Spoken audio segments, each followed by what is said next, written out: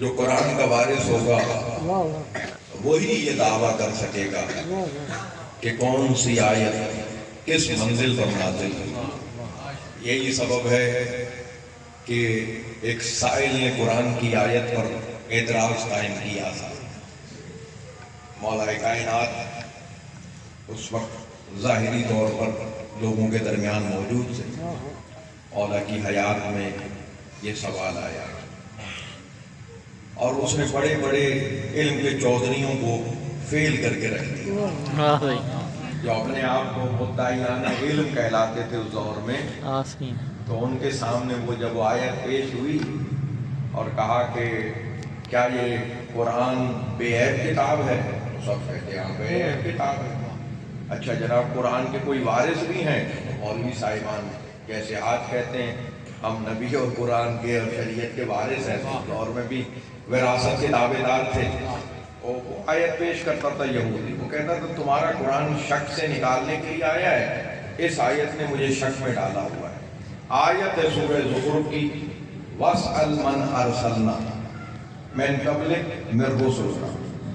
وَاسْأَلْ سوال کر، صیغہ امر، حکم دیا جا رہا ہے رسول کو سوال کر جو تجھ سے پہلے رسول آئے ہیں ان سے۔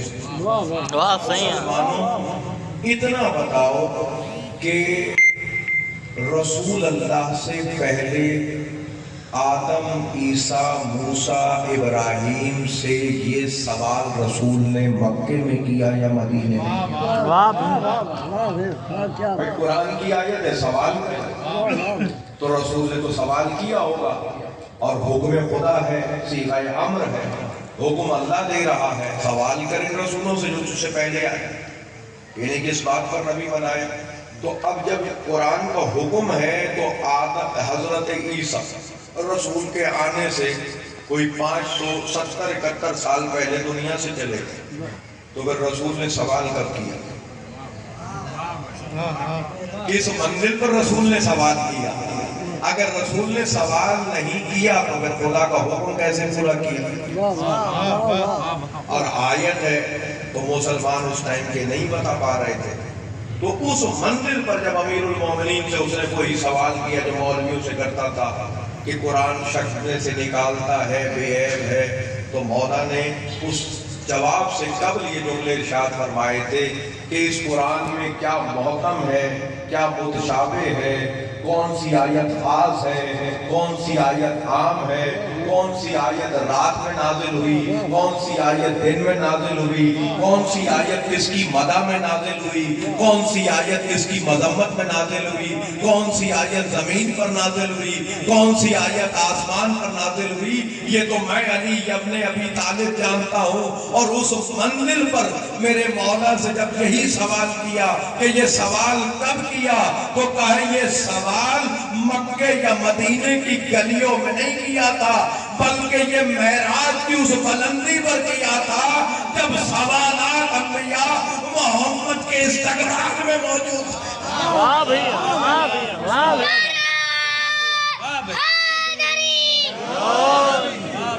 واہ بھئی۔ قرآن کا وارث ہے وہی جواب دے سکتا ہے آیت کب نازل۔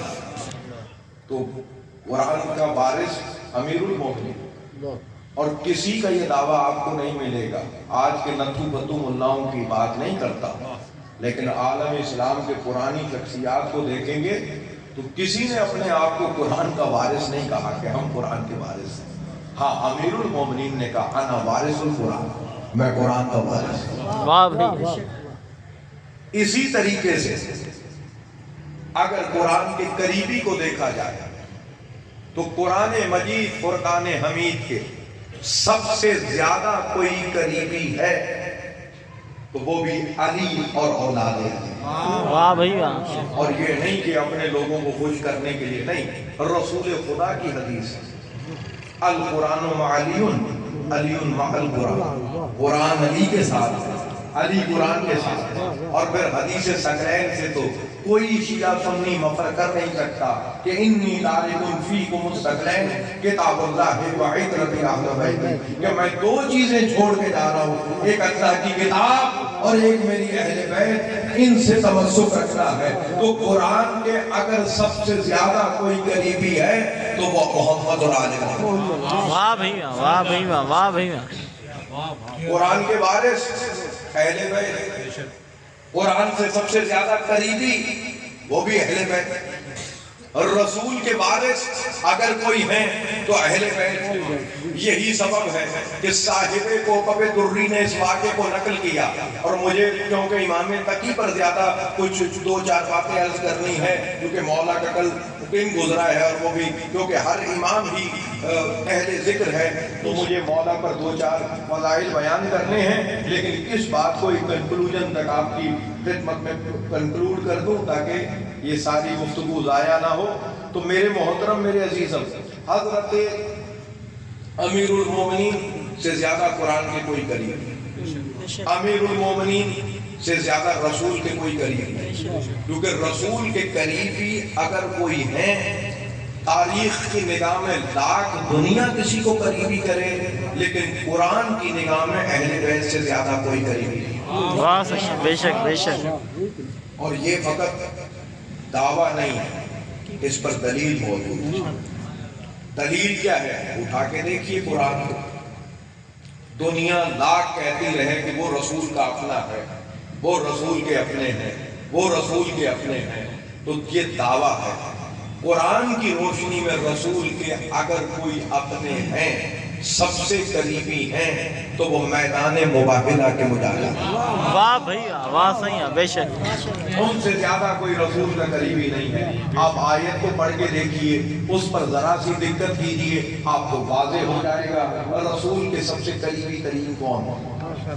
آیت یہ فمن حاجک فیہ من بعد ما جاءک من العلم فقل تعالوا ندعو ابناءنا وابناءکم ونساءنا ونساءکم وانفسنا وانفسکم ثم نبتہل فنجعل لعنت اللہ علی الکاذبین۔ اے رسول، یہ علم آنے کے بعد کٹ حجتی کر رہے ہیں، تو ان سے کہہ دیجیے یہ اپنے بیٹوں کو بلائیں، ہم اپنے بیٹوں کو بلاتے ہیں۔ واہ صحیح ہے، واہ صحیح ہے۔ یہ اپنی عورتوں کو بلائیں، ہم اپنی عورتوں کو بلاتے ہیں۔ یہ اپنے نفسوں کو بلائیں، ہم اپنے نفسوں کو بلاتے ہیں۔ تو اب رسول اپنوں کی منزل پر لے کے کسے گئے ہیں؟ یہ تو تمام کتابوں میں موجود ہے۔ شیعہ سنی کتابیں گواہ ہیں کہ محمد مصطفیٰ بیٹوں کی جگہ لے کے گئے تو سرکار حسین کو لے کے گئے، عورتوں کی جگہ لے کے گئے تو سیدہ کائنات کو لے کے گئے، اور نفس محمد جان پیغمبر بن کے اگر کوئی گیا تو وہ امیر المومنین علی ابن ابی طالب ہے۔ واہ بھیا، واہ بھیا، واہ بھیا۔ اپنے تو یہ ہے، یعنی رسول کے قریبی بھی یہ، قرآن کے قریبی بھی یہ، رسول کے وارث بھی یہ۔ یہی سبب ہے کہ جب ابو سمسام نامی شخص سے پیغمبر نے ایک وعدہ کیا تھا کہ تو نے اگر اپنے قبیلے کے اتنے افراد کو مسلمان کر لیا تو میں تجھے اس کے بدلے میں 70 اونٹنیاں دوں گا، ایسے ناکے دوں گا جو سرخ ہوں گے اور جن کی آنکھیں سیاہ ہوں گی۔ پیغمبر کی آنکھیں بند ہوئی، ادھر اس نے اپنا وعدہ پورا کیا، وہاں سے وہ وعدے کی تکمیل کے لیے پیغمبر کی خدمت میں پہنچا۔ پیغمبر کے بعد کسی اور سے ملاقات ہوئی تو اسے کہا رسول تو بھائی کوئی وارث ہی نہیں بناتے، نہ وارث بنتے ہیں نہ وارث بناتے ہیں، لہذا یہ 70 والا تک تو ہو گیا۔